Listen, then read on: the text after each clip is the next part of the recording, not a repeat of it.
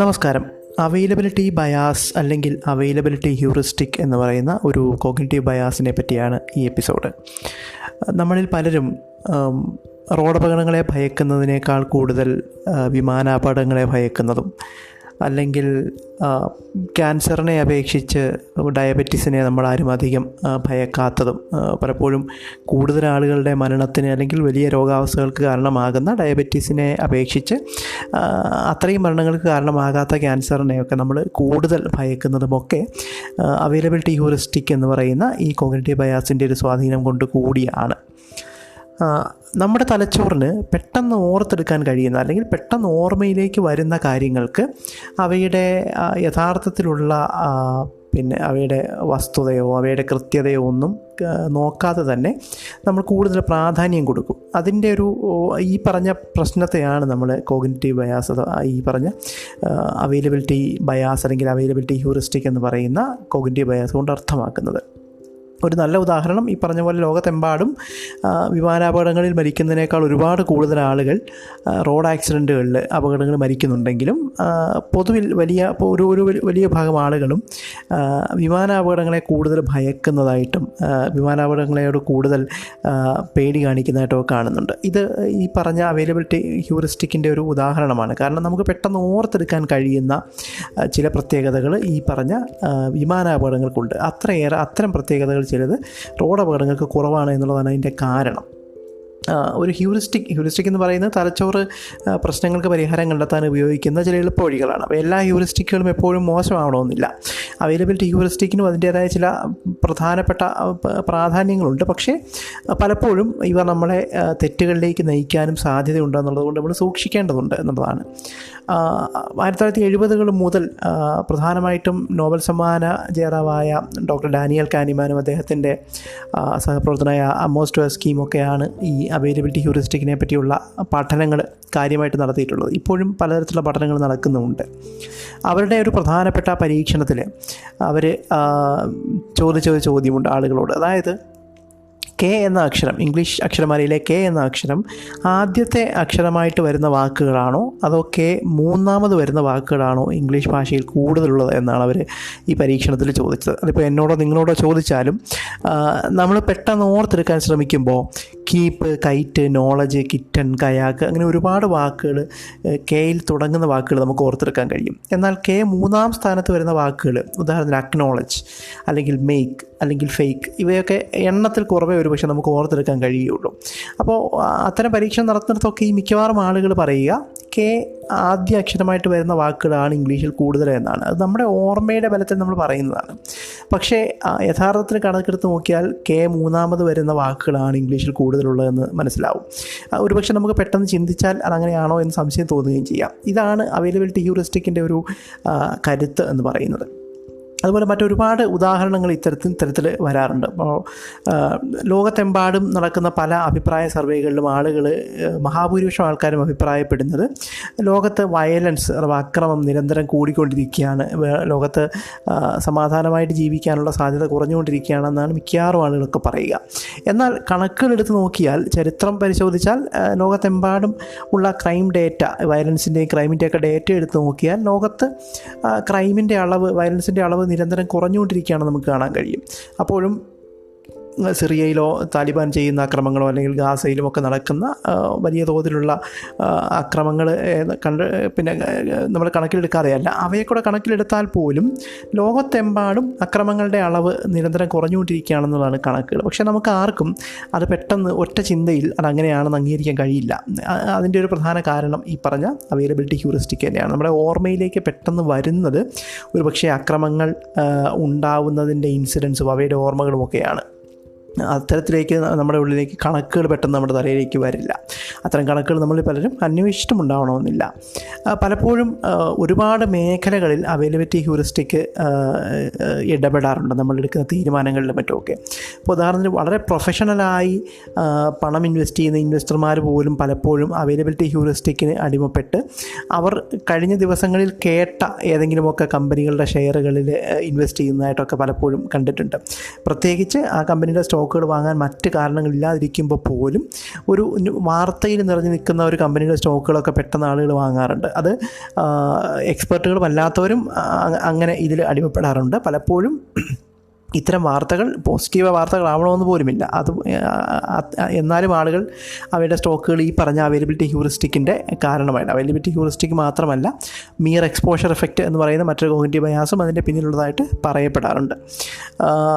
ഇതിൻ്റെ ഒരു ഒന്നാമതരം ഉദാഹരണം ആൻ ഹാത്തവേ ഇഫക്റ്റ് എന്ന് പറയുന്ന ഒരു സംഭവത്തിലുണ്ട്. അതൊരു കുറച്ച് വാർത്താ പ്രാധാന്യം നേടിയ ഒന്നായിരുന്നു. അതായത് ആൻ ഹാത്തവേ എന്ന നടി, അവർ പ്രശസ്തയായ ഒരു നടിയാണ്. ആൻ ഹാത്തവേ എന്ന നടിയുടെ സിനിമകൾ റിലീസ് ചെയ്യുന്നതുമായിട്ട് ബന്ധപ്പെട്ട് അത്തരം വാർത്തകൾ വരുന്നതിൻ്റെ തൊട്ടടുത്ത് ബെർക്ക്ഷയർ ഹാത്തവേ എന്ന് പറയുന്ന ഒരു കമ്പനിയുടെ സ്റ്റോക്കിൻ്റെ വില കൂടുന്നതായിട്ട്, മറ്റ് കാരണങ്ങളില്ലാതെ തന്നെ കൂടുന്നതായിട്ട് ശ്രദ്ധയിൽപ്പെട്ടിട്ടുണ്ട്. അത് ഈ പറഞ്ഞ പോലെയാണ്. ഈ ആൻ ഹാത്തവേയുടെ പേര് കൂടുതൽ മീഡിയയിൽ വരുന്ന സമയത്ത് ഈ പറഞ്ഞ കമ്പനിയുടെ ഷെയറുകൾ ആളുകൾ കൂടുതൽ വാങ്ങാനുള്ള സാധ്യത, അതും അവൈലബിലിറ്റി ഹ്യൂറിസ്റ്റിക്കിൻ്റെ ഒരു പ്രവർത്തനമായിട്ട് പറയാറുണ്ട്. അവൈലബിലിറ്റി ഹ്യൂറിസ്റ്റിക്കിൻ്റെ മറ്റൊരു പ്രധാന മേഖല ഒരു പക്ഷേ നമ്മളൊക്കെ നിരന്തരം ഇടപെടുന്ന സോഷ്യൽ മീഡിയ ബബിളുകളിലാണ്. സോഷ്യൽ മീഡിയ ബബിളെന്നും സോഷ്യൽ മീഡിയ എക്കോ ചേമ്പർ എന്നൊക്കെ വിളിക്കുന്ന സ്ഥലങ്ങളുണ്ട്. നമ്മുടെ അഭിപ്രായം, നമ്മൾ പറയുന്ന അതേ അഭിപ്രായമുള്ള ആൾക്കാരെയാണ് സോഷ്യൽ മീഡിയ എപ്പോഴും നമ്മുടെ അടുത്തേക്ക് കൂടുതൽ കൊണ്ടുവരിക, അല്ലെങ്കിൽ നമുക്ക് കാണാൻ ഇഷ്ടമുള്ള വിവരങ്ങൾ.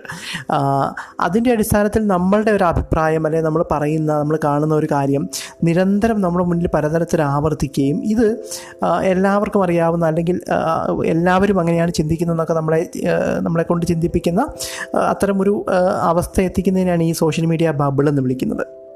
അപ്പോൾ സോഷ്യൽ മീഡിയ ബബിളിൽ കാണുന്ന പല കാര്യങ്ങളും, ഇപ്പോൾ ഉദാഹരണത്തിന് ഒരു പ്രത്യേക മതത്തിലുള്ള ആളുകൾ മറ്റൊരു മതത്തിലെ ഉള്ളവരെ വശീകരിച്ച് കല്യാണം കഴിക്കുന്നു എന്നൊക്കെ ചില ആൾക്കാർ പറയുമ്പോൾ അത് വിശ്വസിക്കാൻ സാധ്യതയുള്ള ആളുകൾക്ക് ഒരു പക്ഷേ ഈ പറഞ്ഞ അവൈലബിലിറ്റി ഹ്യൂറിസ്റ്റിക് കാരണം തന്നെ ഇവർ വളരെ വേഗം അവരുടെ ഓർമ്മയിൽ നിന്നൊക്കെ അങ്ങനെയുള്ള എന്തെങ്കിലുമൊക്കെ ഇൻസിഡൻറ്റുകളൊക്കെ, അല്ലെങ്കിൽ അവർക്ക് അങ്ങനെ തോന്നാവുന്ന ഇൻസിഡൻറ്റുകൾ ഓർത്തെടുത്ത് ഇത് ശരിയാണ് എന്നൊക്കെ അവർക്ക് തോന്നിപ്പിക്കാം. അതിൻ്റെ കൂടെ ഈ പറഞ്ഞ സോഷ്യൽ മീഡിയ ഒരു ബബിളിൻ്റെ ഒരു എഫക്റ്റും കൂടെ ആകുമ്പോൾ ഇതൊക്കെ വാസ്തവമാണെന്ന് അവർ ചിന്തിച്ചു പോവുകയും ചെയ്യാം. ഇപ്പോൾ ഉദാഹരണത്തിന് കുട്ടികളെ തട്ടിക്കൊണ്ടുപോകുന്ന കേസുകൾ, അത്തരം വാർത്തകൾ, അതല്ലെങ്കിൽ കുടിയേറ്റക്കാരായി വരുന്ന ആളുകൾ, അപ്പോൾ കേരളത്തിൻ്റെ ഒരു പശ്ചാത്തലത്തിൽ ഒരു പക്ഷേ മറ്റ് സംസ്ഥാനങ്ങളിൽ നിന്നും തൊഴിലിനായി ഇവിടെ വരുന്ന ആളുകൾ പ്രതികളാവുന്ന കേസുകളൊക്കെ വരുമ്പോൾ നമ്മൾ അത്തരം കേസുകളെ വളരെ കാര്യമായിട്ട് ശ്രദ്ധിക്കുകയും പുറത്തുനിന്ന് ജോലിക്ക് വരുന്ന ആളുകൾ ഇവിടെയുള്ളവരുടെ ജീവനും സ്വത്തിനുമൊക്കെ എന്തോ ഭീഷണിയാണെന്ന തോന്നലിലേക്കൊക്കെ എത്തുകയും ചെയ്യാം. പക്ഷേ യഥാർത്ഥത്തിൽ കണക്കുകളെടുത്ത് നോക്കിയാൽ അത്തരത്തിലുള്ള ക്രൈമുകളുടെ എണ്ണം ഈ കുടിയേറ്റം നിരന്തരം നടക്കുന്ന മറ്റ് സ്ഥലങ്ങളെയൊക്കെ അപേക്ഷിച്ച് വളരെ കുറവാണ് എന്ന് കാണാൻ പറ്റും. പക്ഷേ കണക്കുകളല്ല, മറിച്ച് ഇങ്ങനെ ഓർമ്മയിലേക്ക് പെട്ടെന്ന് വരുന്ന ചില സംഭവങ്ങളാണ് നമ്മുടെ തീരുമാനങ്ങളെ അല്ലെങ്കിൽ നമ്മുടെ ധാരണകളെ നയിക്കുന്നതെന്നുകൊണ്ട് നമ്മൾ അത്തരം ചില തെറ്റിദ്ധാരണകളിലേക്ക് പോകാനുള്ള സാധ്യതയുണ്ട്.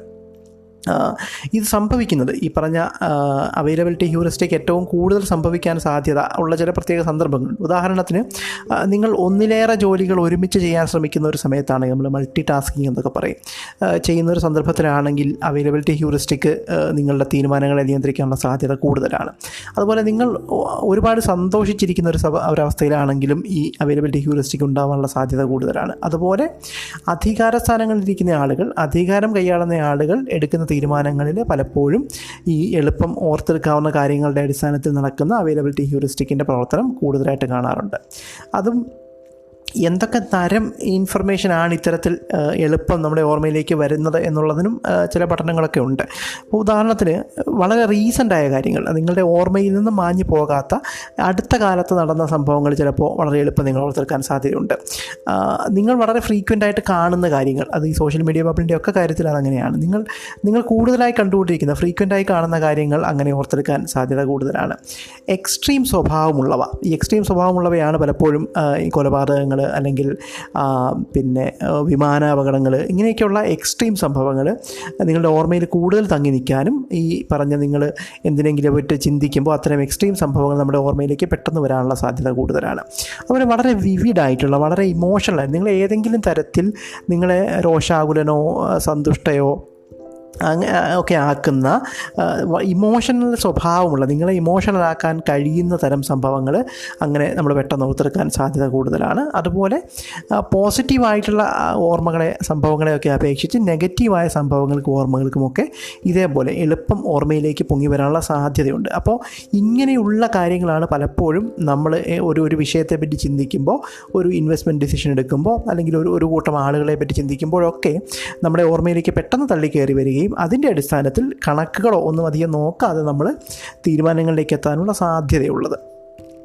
അവൈലബിലിറ്റി ഹ്യൂറിസ്റ്റിക് പറഞ്ഞത് നമുക്ക് പൂർണ്ണമായിട്ടും ഒഴിവാക്കാൻ കഴിയുന്ന, അല്ലെങ്കിൽ അങ്ങനെ ഒഴിവാക്കേണ്ടുന്ന ഒന്നാണെന്ന് പറയാൻ കഴിയില്ല. പക്ഷേ പലപ്പോഴും നമ്മുടെ തീരുമാനങ്ങളെ അവ സ്വാധീനിക്കാൻ സാധ്യതയുണ്ട്. അപ്പോൾ അതുകൊണ്ട് തന്നെ എന്തൊക്കെയാണ് അതിന് ചെയ്യാൻ കഴിയുക എന്ന് നോക്കാം. ഒന്ന്, ഈ പറഞ്ഞ പോലെ നമ്മുടെ തീരുമാനങ്ങൾ, പ്രത്യേകിച്ചും നിങ്ങൾ സന്തോഷത്തിലായിരിക്കുമ്പോൾ, നിങ്ങൾ ഒരുപാട് കാര്യങ്ങൾ ഒരുമിച്ച് ചെയ്യുമ്പോൾ, അല്ലെങ്കിൽ നിങ്ങളൊരു അധികാര സ്ഥാനത്തിരുന്നു കൊണ്ട് തീരുമാനമെടുക്കുമ്പോഴൊക്കെ നിങ്ങളുടെ തീരുമാനങ്ങളെ അവൈലബിലിറ്റി ഹ്യൂറിസ്റ്റിക് അല്ലെങ്കിൽ അവൈലബിലിറ്റി ബയാസ് സ്വാധീനിക്കാനുള്ള സാധ്യതയുണ്ട് എന്ന് ഓർക്കുക.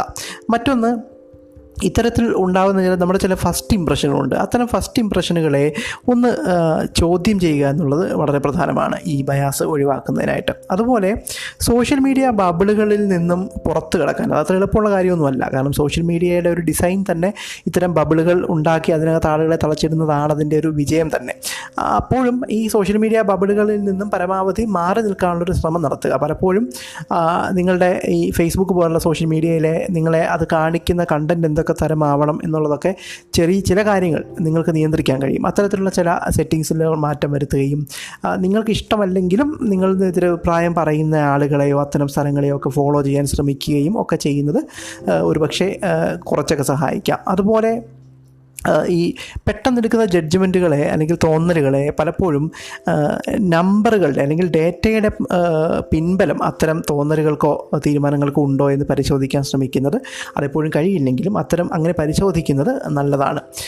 അപ്പോഴും ഡേറ്റയെ നിങ്ങൾ വിശകലനം ചെയ്യുന്നതിനകത്തും പലപ്പോഴും ചില ബയാസുകൾ വരാം, പ്രത്യേകിച്ചും കൺഫർമേഷൻ ബയാസൊക്കെ അവിടെയും കയറി വരാം. എങ്കിലും വെറും തോന്നലുകൾക്ക് പകരം നിങ്ങളുടെ തോന്നലുകളെ ഡേറ്റ ഉപയോഗിച്ച് വെരിഫൈ ചെയ്യാൻ കഴിയുമോ എന്ന് നിരന്തരം ശ്രദ്ധിക്കുന്നത് നല്ലതാണ്. അതുപോലെ നിങ്ങൾ തീരുമാനമെടുക്കാൻ ശ്രമിക്കുന്ന ഒരു വിഷയത്തിൽ ഒന്നുകിൽ മറ്റുള്ളവരുടെ അഭിപ്രായങ്ങൾ തേടുകയോ, അല്ലെങ്കിൽ ആ വിഷയത്തിലുള്ള നിങ്ങളുടെ തന്നെ യഥാർത്ഥ നോളജുണ്ട്, അറിവ്, അത് ഈ കേട്ടുകേഴ്വിയല്ലാത്ത നിങ്ങളുടെ സബ്ജക്റ്റ് നോളജ് എത്രമാത്രം ഉണ്ടെന്ന് പരിശോധിച്ച് അത് മെച്ചപ്പെടുത്തുന്നതിനെ പറ്റി ആലോചിക്കുകയോ ചെയ്യുന്നതും പലപ്പോഴും അവൈലബിലിറ്റി ഹ്യൂറിസ്റ്റിക്കിൻ്റെ പിടിയിൽ നിന്ന് നമ്മളെ രക്ഷിക്കാൻ സഹായിക്കാവുന്നതാണ്. അപ്പോൾ ആദ്യം പറഞ്ഞ പോലെ അങ്ങനെ എളുപ്പത്തിൽ ഒഴിവാക്കാൻ കഴിയുന്ന ഒന്നല്ല, എങ്കിലും നമ്മൾ ശ്രദ്ധിച്ചില്ല എങ്കിൽ നമ്മുടെ പല തീരുമാനങ്ങളെയും തെറ്റായി സ്വാധീനിക്കാൻ കഴിയുന്ന ഒന്നാണ് അവൈലബിലിറ്റി ഹ്യൂറിസ്റ്റിക്. അതുകൊണ്ട് തന്നെ അതിനെപ്പറ്റി ശ്രദ്ധിക്കേണ്ടതുണ്ട് എന്ന് പറഞ്ഞുകൊണ്ട് നിർത്തുന്നു. നന്ദി.